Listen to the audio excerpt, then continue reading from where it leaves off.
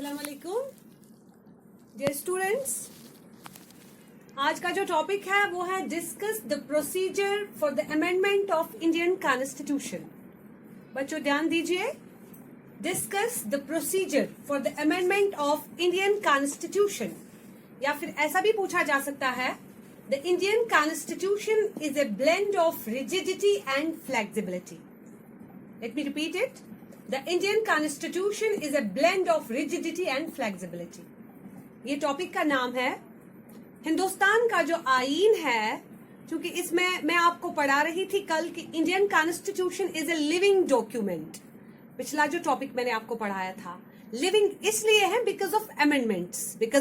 Amendments make the Indian constitution living. याद रखिएगा, living में क्या आता है? ग्रोथ होती है, डेवलपमेंट होती है। तो इस तरह से हिंदुस्तान का जो आईन है इसमें भी ग्रोथ होती है। मैंने कल भी आपसे कहा था, जब इंडियन कॉन्स्टिट्यूशन बना and when it was implemented on 26 Jan 1950, that time we were having only 8 schedules in Indian Constitution. So far as present Constitution is concerned, we are having 12 schedules. इसका क्या मतलब है? ग्रोथ हो रही है, इजाफा हो रहा है।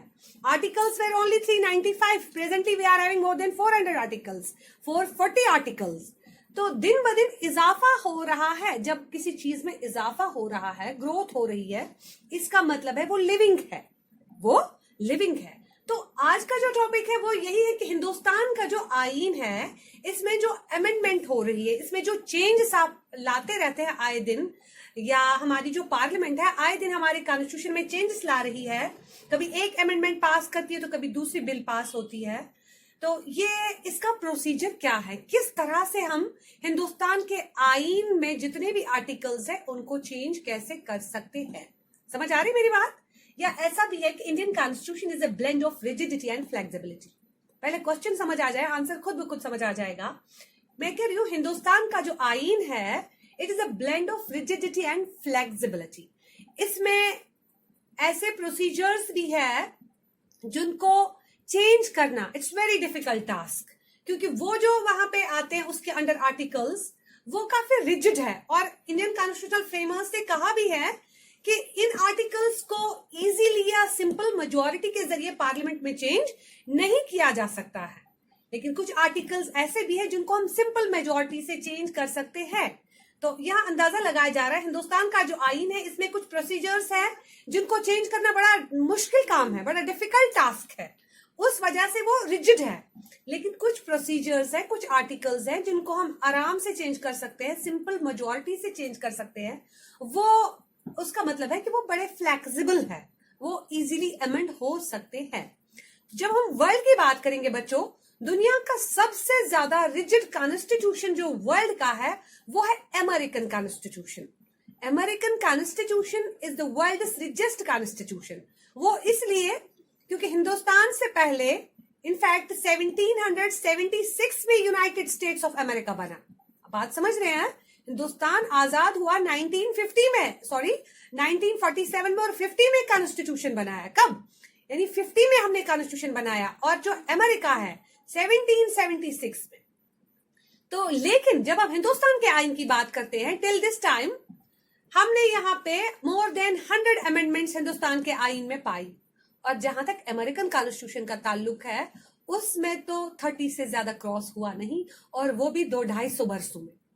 तभी जाके वर्ल्ड का सबसे रिजिड कॉन्स्टिट्यूशन जो है वो कौन सा बच्चों? वो है अमेरिकन कॉन्स्टिट्यूशन। और जहां तक फ्लेक्सिबिलिटी की बात है, फ्लेक्सिबल कॉन्स्टिट्यूशन की बात है, वर्ल्ड का सबसे ज्यादा फ्लेक्सिबल कॉन्स्टिट्यूशन कौन सा है? वो है ब्रिटिश कॉन्स्टिट्यूशन। कौन सा है? British constitution. वो इसलिए एक सवाल पूछा गया कि ब्रिटिश कॉन्स्टिट्यूशन जो है वो इतना फ्लेक्सिबल क्यों है, वो आए दिन चेंज क्यों हो रहा है?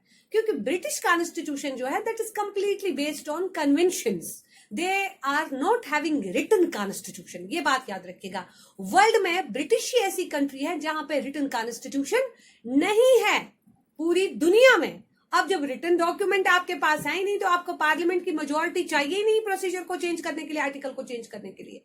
तो बात छड़ी गई कि अगर वहां का रिटन कॉन्स्टिट्यूशन नहीं है तो वहां इतनी बड़ी सरकार कैसे चल रही है?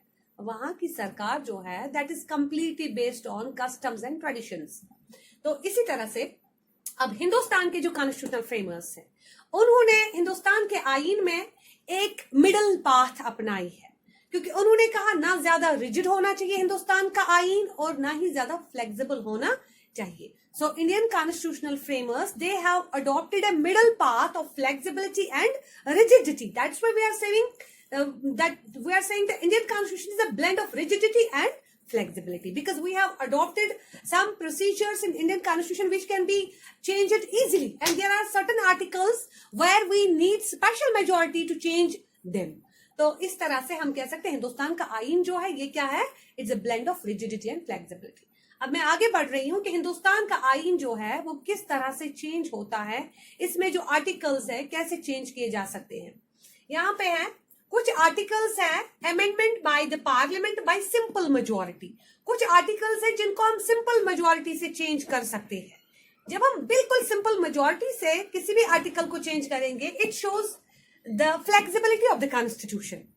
उसके बाद कुछ प्रोसीजर्स हैं amendment by the parliament by 2/3 majority.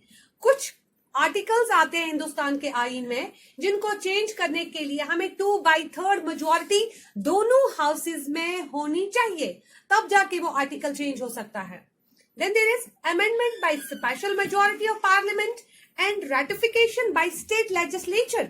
ये तो बड़ा डिफिकल्ट है.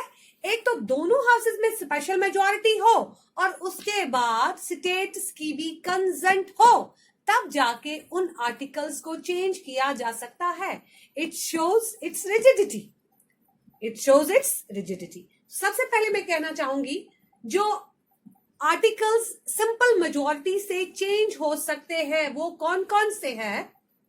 याद रखिएगा बच्चों, यहाँ पे पार्लियामेंट में हमें सिंपल मेजोरिटी चाहिए इन आर्टिकल्स को चेंज करने के लिए. उसमें क्या आता है, admission of new states, creation of new states, change the territory, name, boundary or make of any state, create or abolish a legislative council of the state, the pay and allowances of the members of parliament, president, judges of Supreme Court, High Court, etc. under Article 368.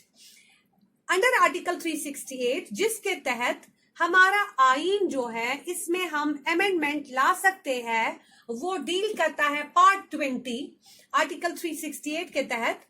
वो articles जिनको हम simple majority से change कर सकते हैं वो है कि हम किसी भी पार्लियामेंट जो हमारी है वो सिंपल मेजोरिटी से किसी भी स्टेट के बॉर्डर्स चेंज कर सकती है, 2 स्टेट्स को मर्ज कर सकती है, एक स्टेट में से दूसरी स्टेट का रुख कर सकती है. जैसे झारखंड बिहार से निकला, आप समझ रहे हैं, तो इसी तरह से छत्तीसगढ़ मध्य प्रदेश से निकला. तो ये कुछ स्टेट्स दूसरी स्टेट जो है उनको हम निकाल रहे हैं एक स्टेट से. जैसे पंजाब की मैं बात करूंगी, पंजाब, हरियाणा, हिमाचल प्रदेश, ये तीनों स्टेट्स एक ही स्टेट थी पंजाब. लेकिन 66 में क्या किया गया, हरियाणा अलग से एक स्टेट बनी क्योंकि वहां हिंदी ज्यादा बोलते थे. पंजाब अलग से बनी, पंजाबी स्पीकिंग पीपल ने बनाई. उस तरह से हिमाचल प्रदेश में डोमिनेंस पहाड़ी लोगों की थी, उसको अलग स्टेट का दर्जा दिया गया. यानी इस सिंपल मेजोरिटी के जरिए यहाँ हमारी पार्लियामेंट जो है वो किसी भी स्टेट का नाम चेंज कर सकती है. कभी ये बम्बे हुआ करता था तो आज मुंबई है, कभी ये मद्रास हुआ करता था तो आज चेन्नई है, कभी कलकत्ता हुआ करता था तो आज कोलकाता है. तो ये सिंपल मेजोरिटी से स्टेट्स के नाम, बाउंड्री चेंज करना, 2 स्टेट्स को मर्ज करना, एक स्टेट में से दूसरी स्टेट को निकालना, या हमारे यहाँ लेजिस्लेटिव काउंसिल जो है उनको बनाना या एबॉलिश करना. याद रखिएगा हमारे यहाँ कुछ ही स्टेट्स हैं हिंदुस्तान में. Out of 28 states there are only 8 states where there is bicameral legislature, legislative assembly and legislative council. तो इस तरह से स्टेट में किस स्टेट में हमें लेजिस्लेटिव काउंसिल बनाना है और किस में एबॉलिश करना है, ये भी सिंपल मेजोरिटी से किया जा सकता है. हमारी पार्लियामेंट है, पार्लियामेंट के मेंबर्स हैं, प्रेसिडेंट है, जजेस है, उनकी सैलरी, उनके अलाउंसेस, ये सारी चीजें डिस्कस करती है हमारी पार्लियामेंट सिंपल मेजोरिटी से, और इनको आए दिन ये चेंज भी कर सकते हैं. याद रखिएगा जो उस वक्त उन्होंने रखा था कॉन्स्टिट्यूशनल फ्रेमर्स ने, आज वैसा नहीं हो सकता है. तब से आज तक बहुत सारी स्टेट्स के बॉर्डर्स चेंज हो गए, बाउंड्रीज चेंज हो गई, बहुत सारी स्टेट्स नई भी बनी, स्टेट्स के नाम भी चेंज हो गए. ये सारी चीजें जो है ये हमारी पार्लियामेंट चेंज कर सकती है बाय सिंपल मेजॉरिटी। उसके बाद आगे बढ़ते हैं, amendment by the parliament by 2/3 majority. बच्चों याद रखिएगा 2/3 मेजॉरिटी की जब हम बात करते हैं, इसका मतलब है यहाँ पे कौन कौन सा इसमें आता है, directive principles of state policy part 4, fundamental rights part 3। इनको चेंज करना it's very difficult task. In fact बहुत सारे केसेस, जैसे मैंने पिछले लेक्चर में केशवानंदा भारती केस या गोलकनाथ केस की बात की थी, कि गोलकनाथ केस जो हुआ था 67 में, उसमें कहा गया था कि पार्लियामेंट जो है उसको कोई हक नहीं है कि वो फंडामेंटल राइट्स को चेंज कर ले। लेकिन उसके बाद जो 73 में केशवानंदा भारती केस आया था, उसमें कहा गया था नहीं, parliament has right to change any procedure, to change any article of the Indian Constitution along with fundamental rights, but they have no right to change the basic structure of Indian Constitution। याद रखिएगा बच्चों। तो लेकिन यहाँ देखिए, fundamental rights को या directive principles of state policies को, इनको चेंज करना ये बड़ा डिफिकल्ट टास्क है। इसके लिए हमारी पार्लियामेंट को 2/3 मेजॉरिटी जो है वो प्रेजेंट भी होनी चाहिए, वो वोट भी करनी चाहिए, और उसके बाद प्रेसिडेंट की भी मर्जी होनी चाहिए, तब जाके वो बिल पास हो सकती है। Then there is another one, amendment by special majority of parliament and ratification by state legislature। ये तो इससे भी ज्यादा डिफिकल्ट है। ये इससे भी डिफिकल्ट है कि एक तो सबसे पहले हमें स्पेशल मेजोरिटी पार्लियामेंट की चाहिए, यानी 2/3 मेजोरिटी इन प्रोसीजर्स को, इन आर्टिकल्स को चेंज करने के लिए, और उसके बाद अब यहाँ स्टेट्स की भी मंजूरी चाहिए, स्टेट लेजिस्लेचर भी इसमें मंजूरी देनी चाहिए। इसमें क्या आता है, इलेक्शन ऑफ प्रेसिडेंट। बच्चों आर्टिकल 57 के तहत इलेक्शन ऑफ प्रेसिडेंट, जब हम कहते हैं how the president of India is elected, tell me, yes students tell me how the president of India is elected. The president of India is elected by an electoral college comprising of the members of Lok Sabha, Rajya Sabha and state legislature. यहां तो involve कौन हो रहा है, state legislatures भी along with parliament. तो इस तरह से वो प्रेसिडेंट के जो चुनाव होते हैं उसमें यहाँ पे एक तो स्पेशल मेजोरिटी पार्लियामेंट की हो, और उसके साथ साथ हमारे यहाँ हमारी लेजिस्लेचर्स की भी मंजूरी हो, तब जाके हम इलेक्शन ऑफ प्रेसिडेंट जो है इसमें कोई अमेंडमेंट ला सकते हैं। क्योंकि इसके इलेक्शन में स्टेट्स भी इन्वॉल्व है, तो नेचुरली जब आपको अमेंड करना है इसको, तो वहां पे भी स्टेट्स की मंजूरी होनी चाहिए। Then there is representation of states in parliament. किस स्टेट को कितनी रिप्रेजेंटेशन लोकसभा और राज्यसभा में मिलेगी।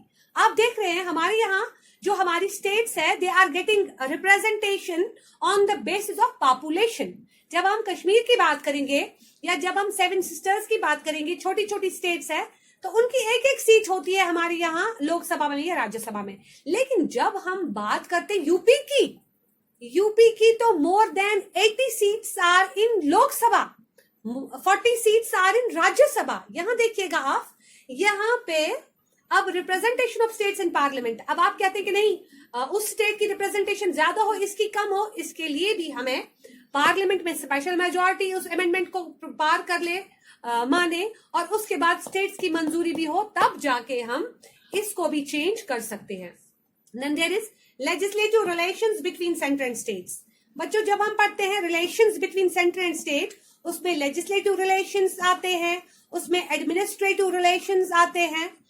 जब हम लेजिस्लेटिव रिलेशंस की बात करेंगे, सेंटर की स्टेट के साथ लॉ मेकिंग में क्या रिलेशन है, यहाँ सेंटर जो है वो किस किस चीज पर लॉ बना सकती है स्टेट्स के लिए, ये चीज भी अगर आप चाहते हैं इसमें अमेंडमेंट लाना, उसके लिए भी आपको for that purpose you also need special majority of parliament along with the ratification of state legislatures, the high courts in the states.